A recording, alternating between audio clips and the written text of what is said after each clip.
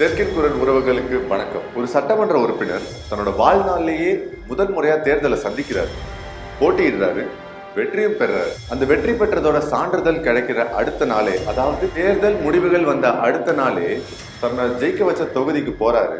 ஜெயிக்க வச்ச மக்களுக்கு போய் நன்றி சொல்றாரு.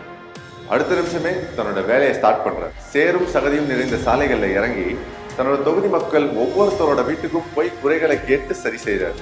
அவர் கண்ணில் பட்ட எல்லா சுகாதார சீர்கேட்டையும் உடனே சரி செய்யணும்னு அதிகாரிகளுக்கு உத்தரவு பறக்குது. அந்த தொகுதி மக்களே போக தயங்குற பப்ளிக் டாய்லெட்குள்ள நுழையிறாரு. அடுத்த சில மணி நேரத்திலே அதோட தலையெழுத்தையே மாத்துறாரு. மொத்த தொகுதியும் பரபரப்பாவது. அதிகாரிகள்லாம் நிக்க நேரம் இல்லாம சுத்தி சுத்தி வேலை செய்யறாங்க. எங்க அந்த எம்எல்ஏ அப்படின்னு யாராவது கேட்டா யோசிக்காம அவரா தொகுதியில இருப்பாரு அப்படின்னு சொல்ற அளவுக்கு தினம் தினம் ஒரு இடம்னு வீட்டுக்கு கூட போகாம தொகுதியிலே கிடையா கிடக்குறாரு. நம்ம வாழ்ந்த இடமா இது அப்படின்னு அந்த மக்களே ஷாக் ஆகிற அளவுக்கு தான் பதவியேற்ற ஒரே மாசத்துல மொத்தமா அந்த இடத்தையே மாத்துறாரு. எந்த நாட்டுல இப்படி எல்லாம் செய்யறாங்கன்னு யோசிக்கிறீங்களா? இது நடந்தது நம்ம ஊர்ல தான். இதை செஞ்சு காட்டினது சேப்பாக்கம் திருவல்லிக்கேணி தொகுதி எம்எல்ஏ உதயநிதி ஸ்டாலின். இவரா முதல்வர் பையன் தானே, இவர் அமைச்சர் வேற, இது கூட செய்யலன்னா எப்படின்னு நீங்க கேட்கலாம். அப்படி கேட்கிறவங்களுக்கு ஒரு சின்ன பிளாஷ்பேக்கும் சொல்றேன் வாங்க. எம்ஜிஆரும் உதயநிதியும். எம்ஜிஆர் எப்படி அரசியல் வந்தாரு? ஒரு நடிகனா மக்கள் மத்தியில ரொம்பவே நல்ல பெயர் வாங்கிட்டாரு. ஆரம்பத்துல அவரும் அரசியல் வரமாட்டேன்னு தான் சொன்னாரு. ஆனா சிலர் போய் அவரை சீண்ட, சரி நம்ம அரசியல் வந்தா என்னன்னு தோண போய் கடைசியில நான் அரசியல் வந்தே தீர்வேன்னு அரசியல் வந்துட்டார். இதே சினேரியோ தான் உதயநிதி வாழ்க்கையிலையும் நடந்தது. எம்ஜிஆருக்கு அடுத்து அவரோட இடத்த பிடிச்சது உதயநிதி தான். அது எப்படின்னு கடைசியா சொல்றேன், தொடர்ந்து பாருங்க. உதயநிதி என்னதான் திமுகவின் வாரிசா இருந்தாலும் அவர் கட்சி சார்ந்த எந்த கூட்டத்திலையும் கலந்துகிட்டதே இல்லை. ஒரு கட்டத்துல குருவி படத்தோட தயாரிப்பாளராக தான் முதன் முறையா மக்கள் கிட்ட அறிமுகமாகிறார். தொடர்ந்து ஆதவன், மன்மத நம்பு, ஏழாம் அறிவுன்னு படங்களை தயாரிச்சுக்கிட்டே பட விநியோகத்திலையும் கவனம் செலுத்துறாரு. அப்போ ஆட்சியில இருந்த அதிமுக அரசு அவர் ஸ்டாலின் மகன்ற ஒரே காரணத்தினால இவருக்கு குடைச்சல் கொடுக்க ஆரம்பிச்சிட்டாங்க. இது எல்லாத்தையும் சட்டத்தின் மூலமா சரி செய்யறாரு. இப்படியே வாழ்க்கை போயிட்டு இருக்கும்போது ஒரு கல் ஒரு கண்ணாடி படம் மூலியமாக நடிகனாகி தொடர்ந்து நிமிர், மனிதன், சைக்கோ, மாமன்னன் படங்கள் மூலமாக மக்கள் கிட்ட நல்ல பெயர் சம்பாதிக்கிறாரு.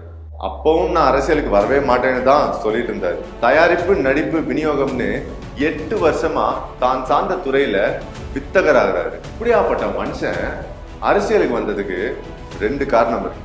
அதை அடுத்தடுத்து சொல்றேன். அரசியல் அதகலம்.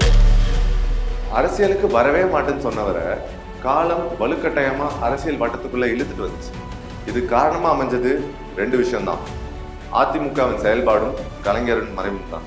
ஆரம்பத்துல திமுக சார்பா நடந்த அரசியல் கூட்டங்களுக்கும் கிராம சபை நிகழ்வுகள்னு நிறைய இடத்துக்கு போக ஆரம்பிச்சார் உதயநிதி. தன்னோட யதார்த்தமான பேச்சால மக்கள் கிட்ட ரொம்ப சீக்கிரமாவே கனெக்ட் ஆயிட்டாரு. அப்படியே போராட்டம், ஆர்ப்பாட்டம்னு நிறைய சம்பவங்களை செஞ்சாரு. அந்த நேரத்துல தான் 2019 மக்களவை தேர்தல் வருது. இந்த வாய்ப்பை கெட்டியா பிடிச்சிக்கிட்ட உதயநிதி தமிழ்நாட்டில் இருக்கிற எல்லா இடங்களுக்கும் போய் வீதி வீதியா ஏறி ஓட்டு கேட்க ஆரம்பிச்சார். பெரிய பெரிய தலைவர்களே பேச தயங்குற விஷயத்த கையில எடுத்து அசால்ட்டா ஹேண்டில் பண்ணி திமுகவையே திரும்பி பார்க்க வச்சாரு.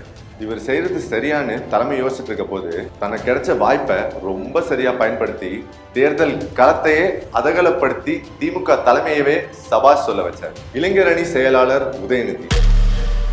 வெறும் ஒரு செங்கலை மட்டும் கையில் எடுத்துக்கிட்டு இவர் செஞ்ச பிரச்சாரம் திமுகவோட வெற்றிக்கு மிகப்பெரிய பலமா இருந்துச்சு.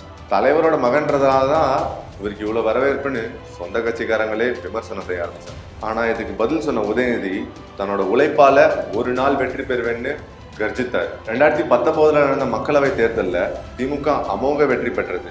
இதுக்கு முக்கிய காரணமா இந்த உதயநிதிக்கு கட்சி பதவி வழங்கணும்னு சிபாரிசு வந்ததுனால இவருக்கு திமுக இளைஞர் அணி செயலாளர் பதவி கொடுக்கப்பட்டது. அதுக்கப்புறம் இன்னும் வேகமா ஓட ஆரம்பிச்சாரு. இளைஞர் அணி ஃபுல்லா புது ரத்தம் பாய்ச்சி ஒவ்வொரு மாவட்டங்களுக்கும் அவரே நேர்ல போய் உறுப்பினர்களையும் செயலாளர்களையும் தேர்வு செஞ்சார். இளைஞர் அணியையும் மொத்தமா மாத்தி அசத்தி காட்டினாரு. தன்னை பத்தி விமர்சிச்சுட்டு இருந்தவங்களுக்கு தன்னோட செயலாளர் பதில் சொல்லிட்டே இருந்தார்.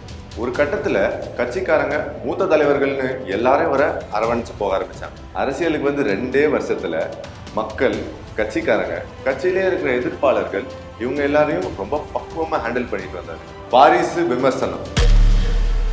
அப்போ இருந்த அதிமுக அரசுக்காக காத்திருக்காத திமுக மக்களுக்காக உதவிகளும் நிவாரணங்களும் தொடர்ந்து செஞ்சுட்டு தான் இருந்தாங்க. இந்த நேரத்துல தான் கொரோனா பரவ தொடங்குச்சு. நேரடியாக களத்தில் இறங்கி மக்களை சந்திச்சு அவங்களோட குறைகளை கேட்டு சரி செய்கிறாரு. இதுக்கப்புறம் தான் சட்டமன்ற தேர்தல் வந்துச்சு. அதில் உதயநிதிக்கு சீட் கிடைக்குமா கிடைக்காதான்னு ஒரு சூழ்நிலை இருந்துச்சு.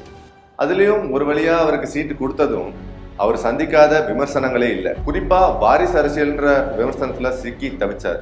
ஒரு கட்டத்துல அதை பொறுக்க முடியாம, நான் உழைக்கல, நான் வாரிசாக தான் இருக்கேன்னு என் தொகுதி மக்கள் நினைச்சா என் தொகுதி மக்கள் என்னை தோக்கடிக்கட்டும்னு பதில் கொடுத்துட்டாரு. இதுவரை யாரும் செய்யாத வித்தியாசமான தேர்தல் பரப்புரை, யதார்த்தமான பேச்சு, களத்துல இறங்கி உதவி செய்யறதுன்னு ரொம்ப சீக்கிரமா மக்கள் மனங்களை கவர ஆரம்பிச்சிட்டாரு உதயநிதி. குறிப்பா தேர்தல் பரப்புரையில அதிமுக செய்யறதா சொல்லி செய்யாம விட்ட எல்லா வாக்குறுதிகளையும் நோண்டி எடுத்து மக்களுக்கு ஞாபகப்படுத்தினாரு.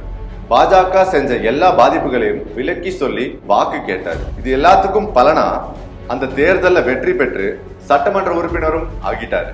இவருக்கு அமைச்சர் பதவி கொடுக்கப்படும்னு எல்லாரும் எதிர்பார்த்த நேரத்துல பட்டியல்ல இவரோட பேரை இடம் பெறல. அமைச்சர் உதயநிதி ஸ்டாலின். தொடர்ந்து இவர் மேல விமர்சனங்கள் மலை மாறி குமிஞ்சாலும் அதை கொஞ்சம் கூட காதல வாங்கிக்காம தன்னோட எம்எல்ஏ வேலையை ரொம்பவே சிறப்பா செஞ்சு தன்னோட தொகுதி மக்கள் கிட்ட செல்ல பிள்ளைன்னு பேர் எடுத்தாரு உதயநிதி.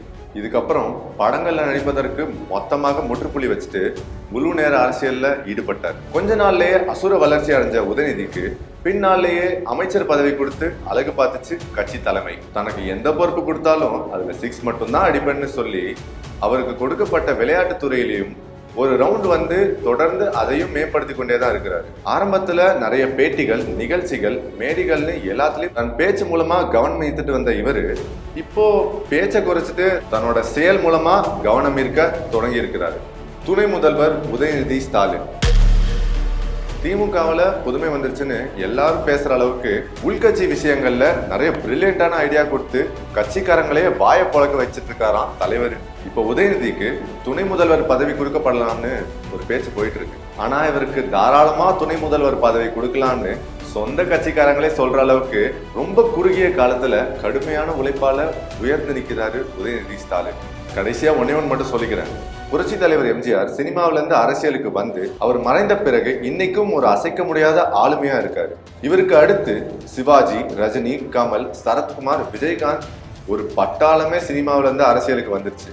ஆனா ஒரு காரணத்தினால யாராலையும் ரொம்ப நாளைக்கு அரசியலை சர்வை பண்ண முடியல. மக்கள் கிட்ட புதிய தாக்கத்தை ஏற்படுத்த முடியல. ஆனா அதே சினிமால இருந்து வந்து மக்கள் மனதை வென்று இன்னைக்கும் அமைச்சர் பதவியில இருக்காரு உதயநிதி. அப்படி பார்த்தா எம்ஜிஆருக்கு பிறகு மக்கள் கிட்ட அதிகமா ரீச் ஆயிருக்கிற ஒரே நடிகர், அரசியல்வாதி உதயநிதி ஸ்டாலின்.